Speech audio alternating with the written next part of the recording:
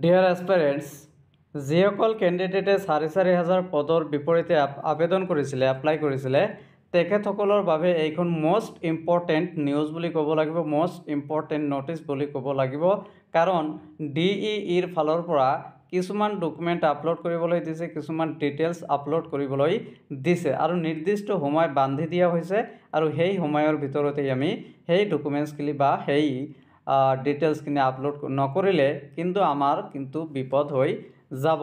গতিকে ইয়াত আপোনালোকে দেখা পাইছে government of Assam, director of elementary education Assam, Kahilipara, Guwahati. আজিয়ে দিয়া হৈছে নটিচখন 19/11/2025। ইয়াত নটিচখন চাওক কি কৈছে। It is for information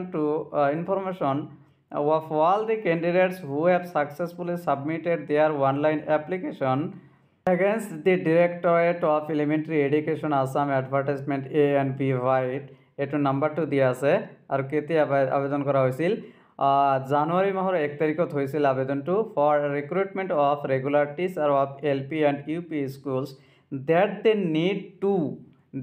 need to submit details of HSLC অর্থাৎ higher secondary examination and NEOS UDIs for whom it is applicable।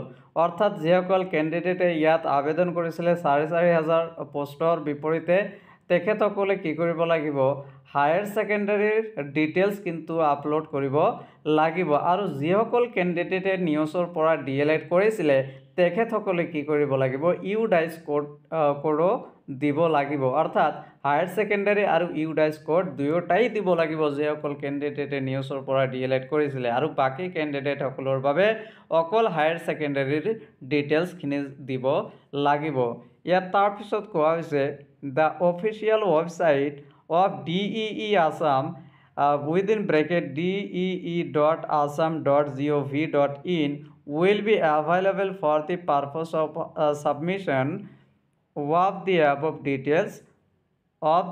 details from 21/11/2025 to 27/11/2025 only। অর্থাৎ 21 নৱেম্বৰ তাৰিখৰ পৰা 27 নৱেম্বৰ তাৰিখলৈকে আমাৰ ৱেবছাইটটো খোলা থাকিব আৰু এই সময়খিনিৰ ভিতৰতেই কিন্তু আমি এই ডিটেইলছখিনি জমা দিব লাগিব।